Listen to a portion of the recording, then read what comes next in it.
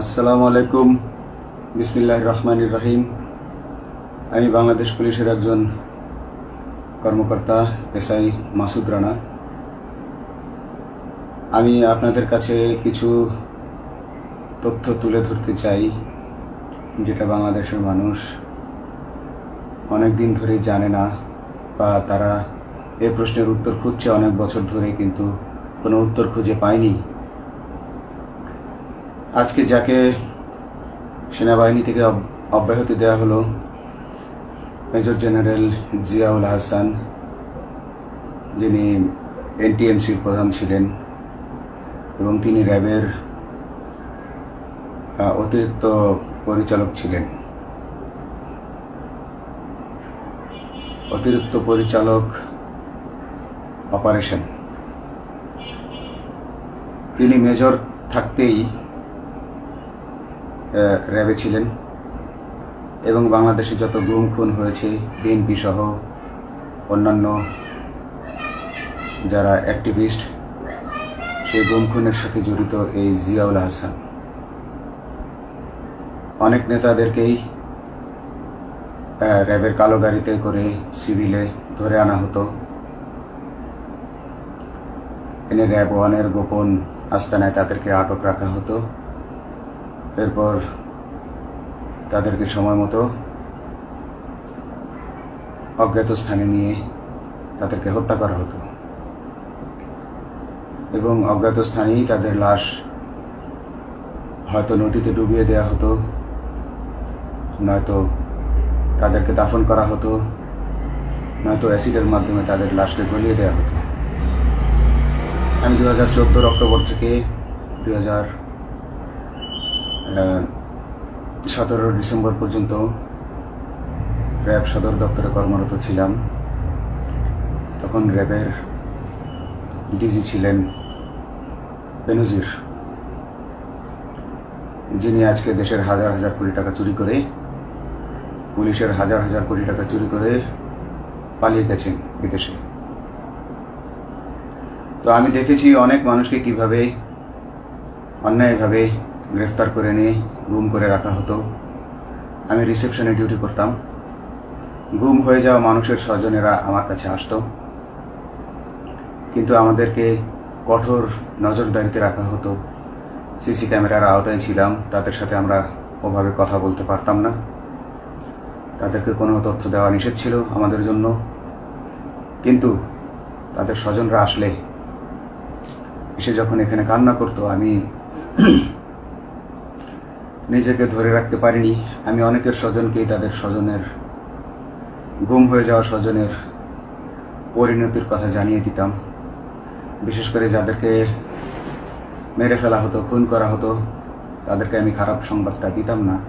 কিন্তু যাদেরকে বন্দি করে রাখা হতো, যেমন বিএনপি নেতা সালাউদ্দিন আহমেদকে যখন অ্যারেস্ট করে আনা হলো, তিনি অ্যারেস্ট করার সময় ধস্তাধস্তিতে মাথায় আঘাত পেয়েছিলেন। তাকে র্যাব 1-এর গোপন কক্ষে আটক করে রাখা হয়েছিল দীর্ঘদিন। এরপর তাকে এক সময় ভারতে পাচার করে দিয়ে আসা হয়। তাকে অজ্ঞাত কারণে হত্যা করা হয়নি। তার ফ্যামিলি এসেছিল, তার স্ত্রী হাসিনা আহমেদ, তার ভাই গিয়াসউদ্দিন আহমেদ। ওনারা আমার কাছে বেশ কয়েকবার এসেছেন। আমি কয়েকদিন ওনাদের এই উদ্বেগ, উৎকণ্ঠা, আমার সামনে বসে কান্নাকাটি দেখে আমি থাকতে পারিনি। আমি ওনাদেরকে কৌশলে আমার ফোন নাম্বার দিয়ে আমি ওনাদের সাথে দেখা করে ওনাদেরকে জানিয়ে দিই যে সালাউদ্দিন সাহেবকে হত্যা করা হয়নি, উনি জীবিত আছেন এবং ওনাকে হত্যা করার সিদ্ধান্ত নেওয়া হয়নি। এই সিদ্ধান্তগুলো জেনে নিতেন তিনি হচ্ছেন বর্তমানে মেজর জেনারেল জিয়াউল হাসান, যাকে আজকে অব্যাহতি দেওয়া হয়েছে। শুধু অব্যাহতি যদি দেয়া হয়, তাকে যদি বিচারের মুখোমুখি করা না হয়, তাহলে এই আন্দোলনের, এই স্বাধীনতার কোনো মূল্য থাকবে না। আমি আজকে আর কাউকে ভয় পাই না।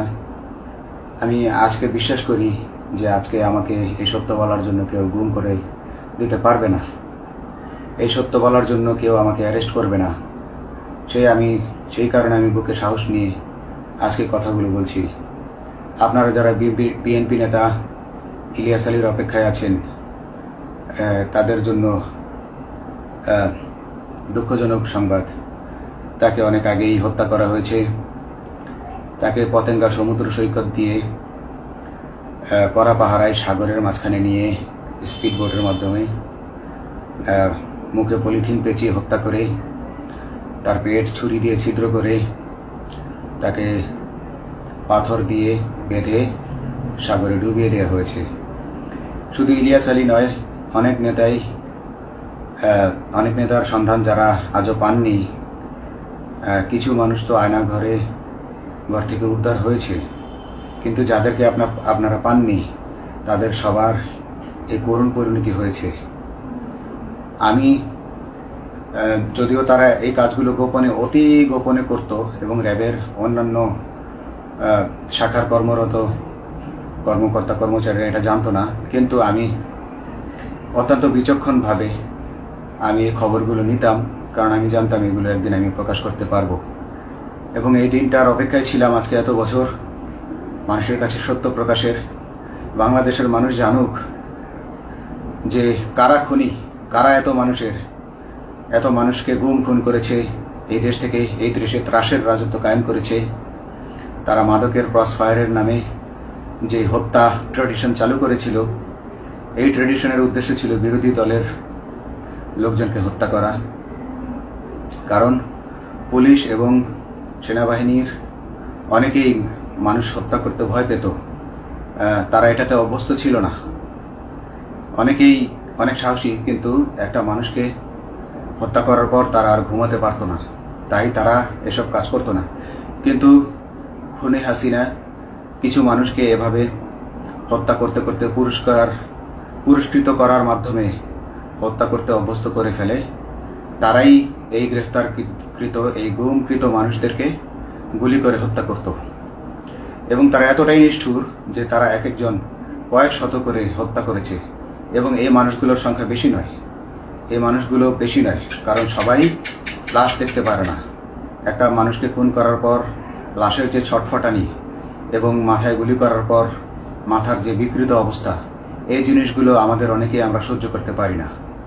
তাই আমাদের মধ্য থেকে কিছু হায়নাকে বেছে নিয়ে তারা একটা টিম গঠন করে, তাদেরকে র্যাব সদর দপ্তরে বেনজির আহমেদ প্রতি মাসে পুরস্কার দিতে ডাকতেন।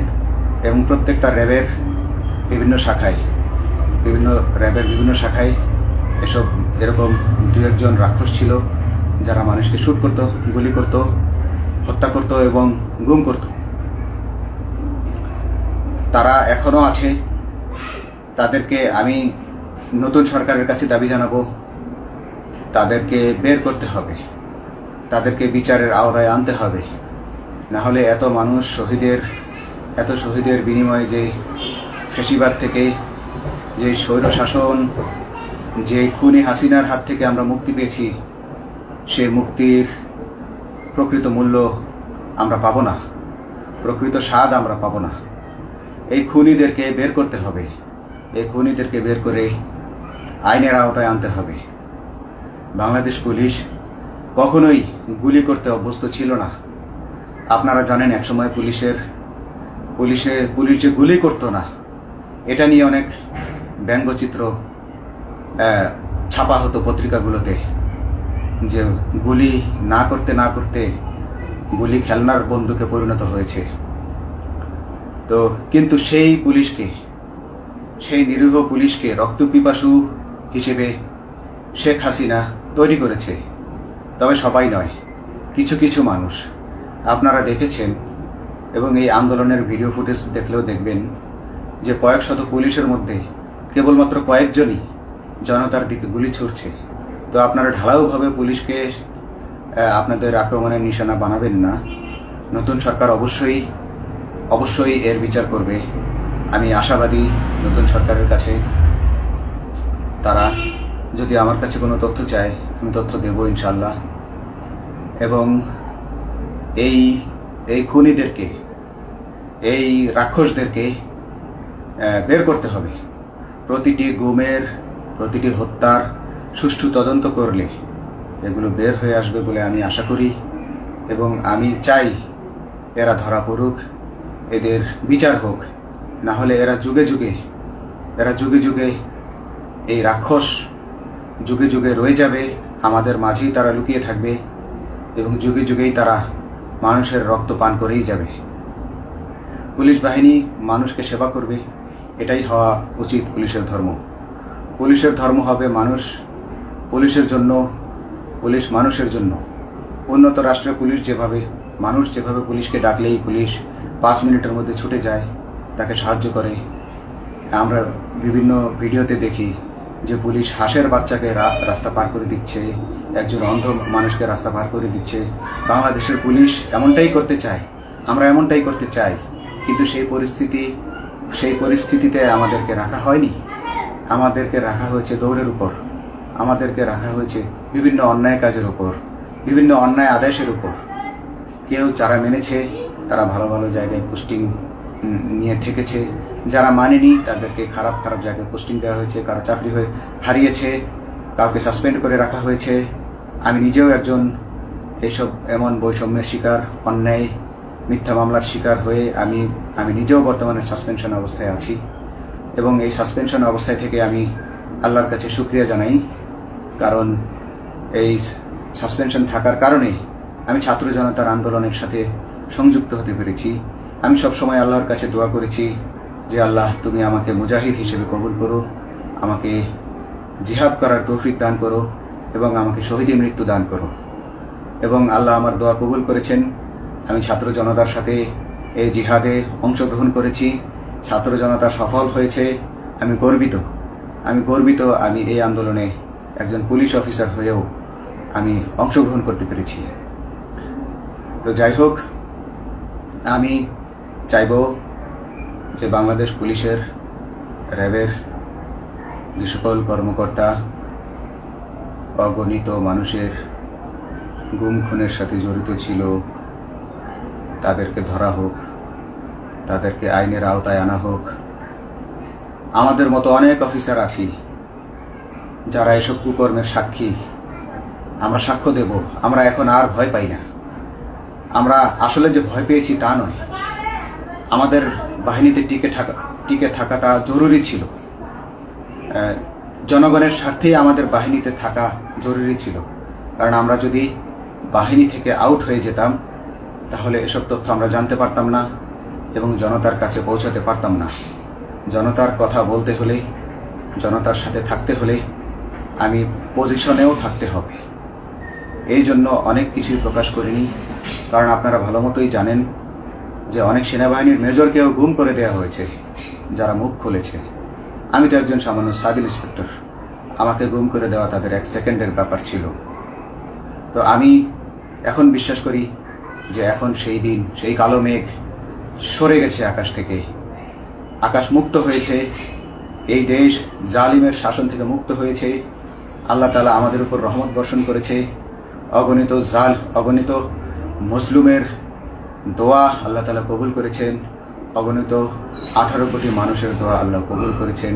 নইলে এইভাবে হঠাৎ করে 15 দিনের মধ্যে 15 বছর ধরে গড়ে ওঠা রাক্ষসের পতন ঘটা আল্লাহর রহমত ছাড়া, আল্লাহর রহমত ছাড়া এটা কখনোই সম্ভব হতো না। আমি আল্লাহর উপর ভরসা রেখে বলছি, আপনারা নতুন প্রশাসনকে ঢেলে সাজান, পুলিশ বাহিনীকে ঢেলে সাজান। এই সিস্টেমের মধ্যেই, পুলিশের এই সিস্টেমের মধ্যেই গণ্ডগোল আছে, নিয়োগের মধ্যে গণ্ডগোল আছে। আপনারা এই সিস্টেমগুলো পরিবর্তন করুন, আপনারা এই সিস্টেম পরিবর্তনে সাহায্য করুন এবং পুলিশ ডিপার্টমেন্টে যত ডিপার্টমেন্টাল পরীক্ষা আছে এগুলো তুলে দেন। এই ডিপার্টমেন্টাল পরীক্ষাগুলোর মাধ্যমে আমাদের ঊর্ধ্বতনরা আমাদের গলা সবসময় চিপে ধরে রাখে, ঠিক আছে? সেজন্য আমরা তাদের কাছে সবসময় আটকা থাকি। এজন্য আমরা অনেক কিছু বলতে পারি না, অন্যায়ের প্রতিবাদ করতে পারি না। তো এই সিস্টেম পরিবর্তন জরুরি। ডিপার্টমেন্টে কোনো পরীক্ষা থাকা যাবে না। কনস্টেবল হতে যারা একটা নির্দিষ্ট সময় পর তার বিভিন্ন কোর্স করানোর মাধ্যমে তার প্রমোশন হতে হবে। সাব ইন্সপেক্টরে ভর্তি হয়ে 5 বছর পর ইন্সপেক্টর হিসেবে পদোন্নতি পাবে, তার 5 বছর পর সহকারী পুলিশ সুপার হিসেবে পদোন্নতি পাবে। এভাবে আইন পরিবর্তন করতে হবে। তাদেরকে দক্ষ করে গড়ে তোলার জন্য বিশেষ কোর্সের আয়োজন করতে হবে এবং সৎভাবে বাঁচার জন্য সঠিক বেতন কাঠামো এবং ভালো কাজের জন্য পুরস্কার এর ব্যবস্থা করতে হবে। বিভিন্ন যে চোরাই মাল মাদক উদ্ধারের জন্য সেক্ষেত্রেও বিশেষ পুরস্কারের ব্যবস্থা থাকতে হবে এবং বাসস্থান এবং যানবাহন, পুলিশের যেই ব্যয়টা হয় সেটা হচ্ছে বাসস্থান এবং যানবাহন। পুলিশ আমরা নিজের বেতনের টাকা দিয়ে মোটরসাইকেল কিনে চাকরি করতে হয়, এই বিষয়টা যেন না করতে হয় এবং সরকারি বাসস্থান যদি আমাদেরকে দেওয়া হয় তবে আমরা বেতনের টাকা দিয়ে আমরা মানুষকে সেবা দিতে পারবো, সৎভাবে চলতে পারবো এবং দেশের মানুষকে সন্তুষ্ট করতে পারবো ইনশাআল্লাহ। তো আমি আপনাদেরকে প্রথমে যেই তথ্যগুলো দিয়েছি গুম খুনের বিষয়ে, আপনারা এই তথ্যগুলো অনুসন্ধান করুন, অনুসন্ধানে টিম গঠন করুন। প্রত্যেকটা গুম খুনের বিচার হতে হবে এই দেশে। যারা আটক ছিলেন অনেকেই হয়তো এখন আয়নাঘর থেকে মুক্তি পেয়েছেন, কিন্তু যারা দুর্ভাগ্যের শিকার হয়ে মৃত্যুবরণ করেছেন তাদের আত্মীয় স্বজনরা, তাদের প্রতি আমার সমবেদনা রইল। তারা জোর দাবি তুলুন, তারা সবাই সরকারের কাছে আপনাদের পরিবার পরিজনের নিখোঁজ হওয়ার বিষয়টি তুলে ধরুন, আপনারা জোর দাবি জানান এবং গুম খুন তদন্তে একটি তদন্ত কমিটি গঠন করা হোক, যেখানে কোনো পুলিশ বা সেনাবাহিনীর সদস্য থাকবে না। এটা হতে পারে বিচার বিভাগীয় তদন্ত বা অন্য কারো মাধ্যমে, কিন্তু এই হায়নাদের এই খুনিদেরকে বের করুন, বের করে এদেরকে শাস্তির আওতায় আনুন, তবেই এই তারা তাদের বলিদান সফল হবে। আসসালামু আলাইকুম।